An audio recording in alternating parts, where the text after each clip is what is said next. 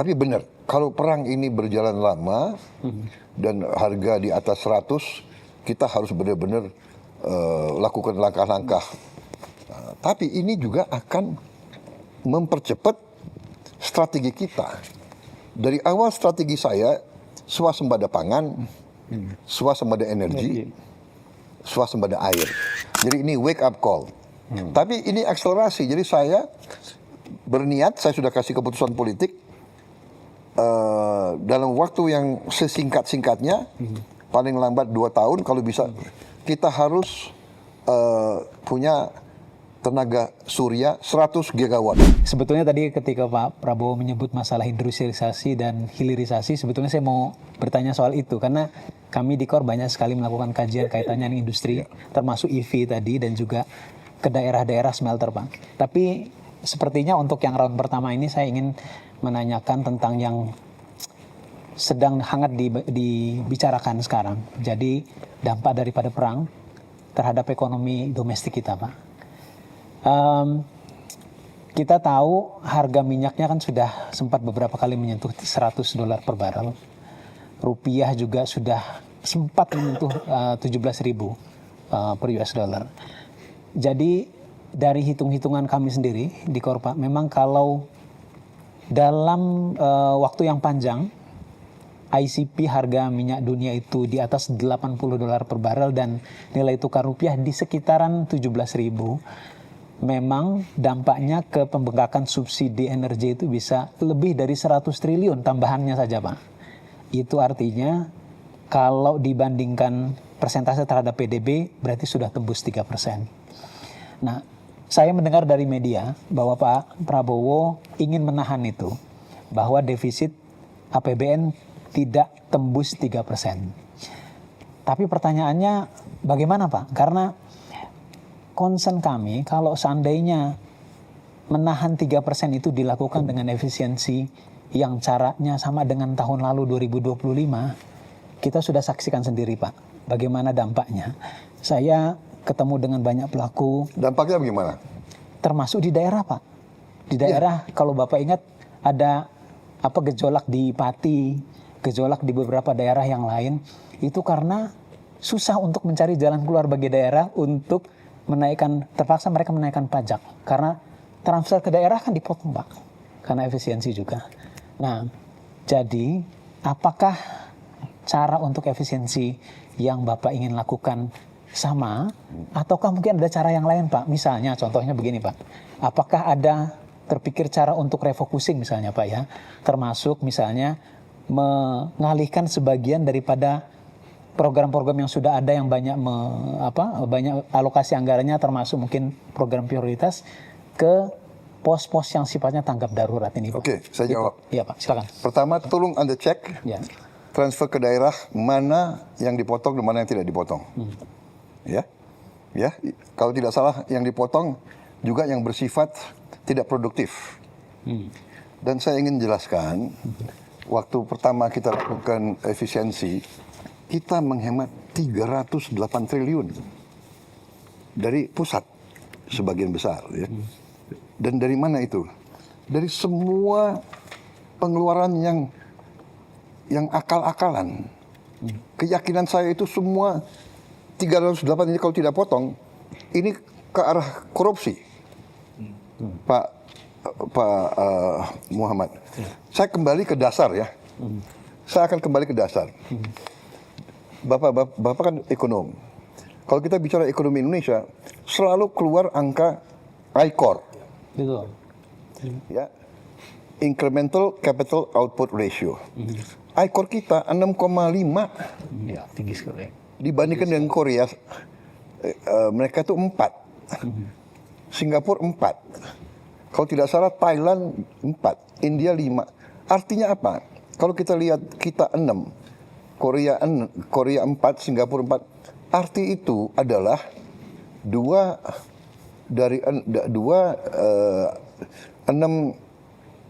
per 6 kan 2/3. Ya. Jadi kita ini, kalau angka itu artinya kita 30% lebih tidak efisien dari Thailand, Malaysia, Filipina apalagi, Vietnam apalagi. Vietnam 3,6, Filipina, saya mau tanya. 2 kali lipat tidak Ya, Asia. saya mau tanya ya, Pak Muhammad, kita bedanya apa sama orang Filipina? Kita rasnya apa? Apa kita lebih bodoh? Kita lebih tidak efisien. Kalau saya pakai ini sebagai dasar, artinya saya datang mendekati APBN kita yang 3.700 triliun, which is 230 miliar dolar.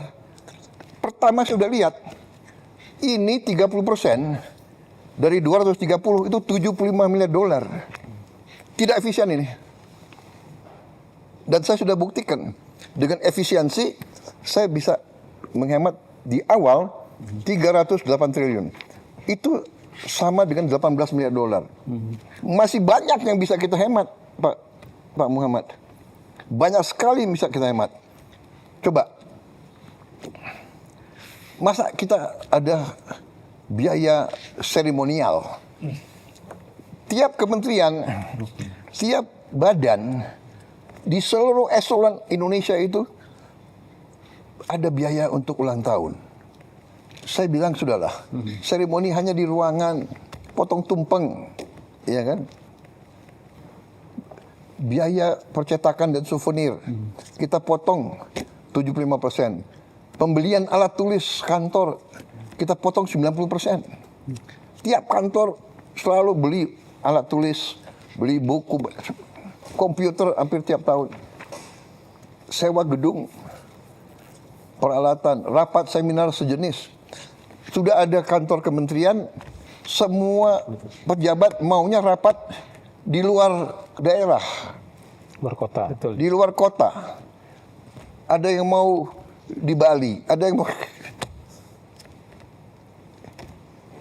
kajian-kajian. Saya analisa, saya bilang masalahnya sudah jelas kok, masalah kemiskinan, kesenjangan, lapangan kerja, iya kan? Jembatan anak itu teriak, Pak Prabowo, tiap hari kami basah. The problem is there. Jadi saya lihat dengan penghematan yang pasti ke korupsi.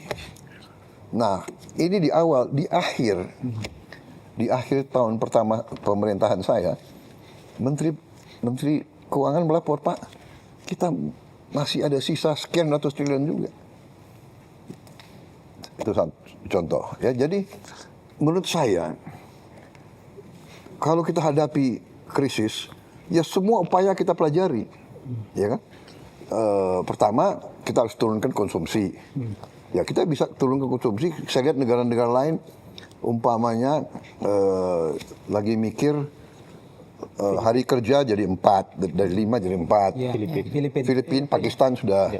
Kemudian work from home, bekerja dari rumah. Waktu COVID kita lakukan, cukup berhasil.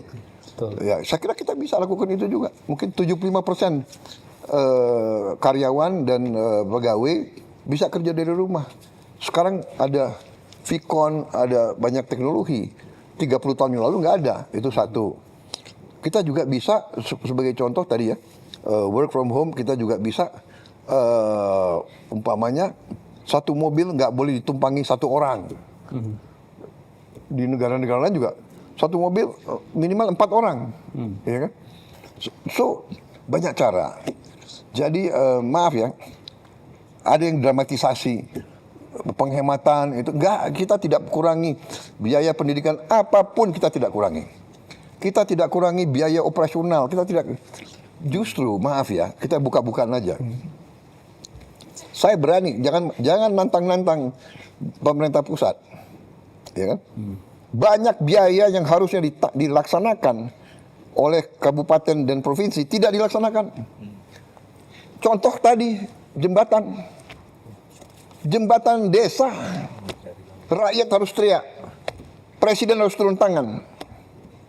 Padahal Maaf, ada dana desa.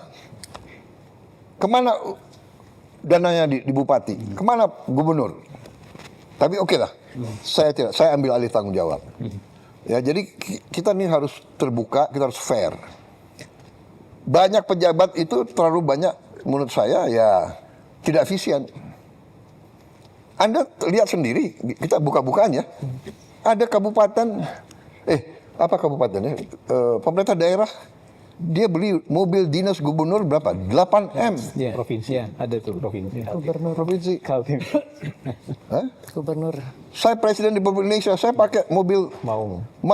buatan Indonesia. Iya kan? Harganya 700 juta itu. Mungkin karena ini presiden ya, ada apa namanya? Anti itu. Anti peluru, mungkin harganya 1M. Tapi tidak 8M. Coba kita selidiki semua. ya. Efisiensi, habis itu kunjungan kerja. Sudahlah, itu yang kita minta, kesadaran, rasa tanggung jawab. Ya kan? Bupati, kerja untuk rakyatmu. Gubernur, kerja untuk rakyatmu. Ya kan? Itu yang kita minta. Jadi krisis ini ya kita akan sesuaikan. Dan dengan ini ya krisis ini memang kita harus waspada, tapi kita banyak langkah yang kita lakukan dan kebetulan juga ya kita berada dalam posisi yang agak lebih baik dari negara lain. Satu, kita sudah kontrak ya. Untuk tahun ini kan kita sudah punya kontrak-kontrak. Dan sebagian kontrak-kontrak itu justru bukan dari daerah situ. Kita dari Afrika, kita juga dari Amerika. Gitu. Ya, harga itu kita ambil rata-rata 1 tahun. Ya. Tapi benar, kalau perang ini berjalan lama dan harga di atas 100, kita harus benar-benar lakukan langkah-langkah. Tapi ini juga akan mempercepat strategi kita. Dari awal strategi saya, swasembada pangan, swasembada energi, swasembada air. Air kita cukup, alhamdulillah. Banyak negara di Teluk itu, Air aja nggak ada. airnya nggak ada. Ya, Saudi Arabia tidak punya air. Dia hidup dari desalinasi. Air laut. Dari instalasi desalinasi harganya 1 miliar satu. Dia punya nggak tahu 7, 8, 10 saya tidak tahu. Tapi kalau musuh dia lawan dia Ngebom. menghancurkan itu 7, 8 dia very bad trouble. Bahrain, Qatar, UAE sama juga. Tidak ada air. Even Iran air susah. Kita tinggal air kita manage. Kadang-kadang kelebihan air. Iya kan? Karena kita tidak mau kita sebetulnya ya sudah ribuan tahun tahu kok kalau hujan pasti banjir. Iya. Tapi kita ya kan ini kita harus bangun sekarang ya. Kita harus waspada, kita semua eselon. Alam yang begitu baik dari Yang Maha Kuasa, jangan kita santai everything. Kita harus bangun. We have to be tough. Jadi ini wake up call. Tapi ini akselerasi. Jadi saya berniat, saya sudah kasih keputusan politik dalam waktu yang sesingkat-singkatnya, paling lambat 2 tahun kalau bisa, kita harus punya tenaga surya 100 gigawatt. 100 gigawatt. Ya. Nah, kita sekarang sudah bisa produksi sekitar kalau tidak salah ya 11 gigawatt dari dalam negeri saat ini. Kita masih punya pembangkit listrik tenaga diesel sebesar 13 gigawatt. Jadi ini harus kita tutup. Tidak boleh lagi ada listrik dari diesel, terlalu mahal. Jadi kita saya kira dalam waktu dekat 13 gigawatt bisa kita adakan. Jadi very soon kita tidak akan pakai diesel, solar untuk listrik. Itu penghematan kita pertama. Tapi the whole plan is semua motor kita akan kita konversi menjadi motor listrik. Semua mobil, semua truk, semua traktor harus tenaga listrik. Jadi nanti orang kaya yang punya Lamborghini, Ferrari, silakan lo pakai bensin, lo bayar aja harga dunia. Mau $200, ya kan? Terus lo orang kaya kok. Yang lain kita sudah bikin simulasi, ternyata si yang naik motor, kalau dia pakai listrik, pengeluarannya tinggal 20%, 1/5. Jadi this is our game changer. Ini game changer. Cina, Tiongkok, dia sudah punya 800 gigawatt. Dia the most advanced Iya, betul. in tenaga surya. Itu solar panel. Besar-besar. 100 giga. Wah, saya pernah ingat, saya nggak tahu ya, 10 tahun atau berapa tahun yang lalu saya di Beijing, siang-siang, kuning. Kalau nggak salah sebelum Olimpiade itu. Oh iya. Smog. Iya, Smognya kuning siang hari. Kita nggak berani keluar. Ya. Sekarang clean. clean. Jadi dia very advanced. Dia punya hydro, kita punya hydro. Hydro lebih mahal dan lebih lama. Kita punya geothermal juga agak lebih lama. Kita punya kita bisa mini hydro agak lumayan, mini hydro. Tapi kita punya, kalau tenaga surya itu bisa cepat, dan yang kita punya keunggulan, maaf, saya diejek kan, ini presiden sawit. Ya, saya bangga, saya jadi presiden negara yang penghasil kelapa sawit terbesar. Dari kelapa sawit, kita bisa menghasilkan solar. Bensin juga bisa. Dari kelapa sawit bisa bensin juga. Aftur juga bisa. Aftur dari kelapa sawit. Jadi we are in a better position than many countries. Tapi benar, 1 tahun ini kita harus benar-benar waspada. Ya, mau tidak mau kita harus semua merasakan, kita harus kurangi konsumsi BBM. Ya, tapi ya kita harus siap kemungkinan paling jelek, karena ya Iran kan dia mau bela diri. Cara dia bela diri ya dia harus tutup Hormuz, iya kan? Dan dia harus membuat istilahnya negara yang nyerang dia menyesal. Dan target dia ya, BBM, crude oil $200. Dia ngomong begitu kok. Tapi sekarang berkisar naik turun ya. 100, 110, 112. Karena juga masih banyak sumber lain gitu. Ya kan, masih. Tapi still bagi kita berat kalau memang benar. Kalau di atas, kalau pakar-pakar yang tim saya mengatakan kalau di atas 90, 95 itu berat bagi kita. Ya. Kan sudah 3 perang teluk Pak. Yang pertama, kedua kan yang 91 dan 2003. Nggak terlalu berdampak. Yang paling berdampak embargo OPEC Pak, 73 ke 74. 3 kali lipat dalam setahun. Naik, 300%. Dan itu long lasting. Kita dapat bonansa kan net ekspor. Dan ingat ya, kita punya batu bara yang masih banyak. Buat listrik. Batu bara untuk listrik itu paling murah sebetulnya. Iya. Batu bara lebih murah dari, tapi tenaga surya. Lingkungan buruk Pak. Batu bara secara lingkungan buruk. Lingkungan buruk. Tapi namanya krisis kan.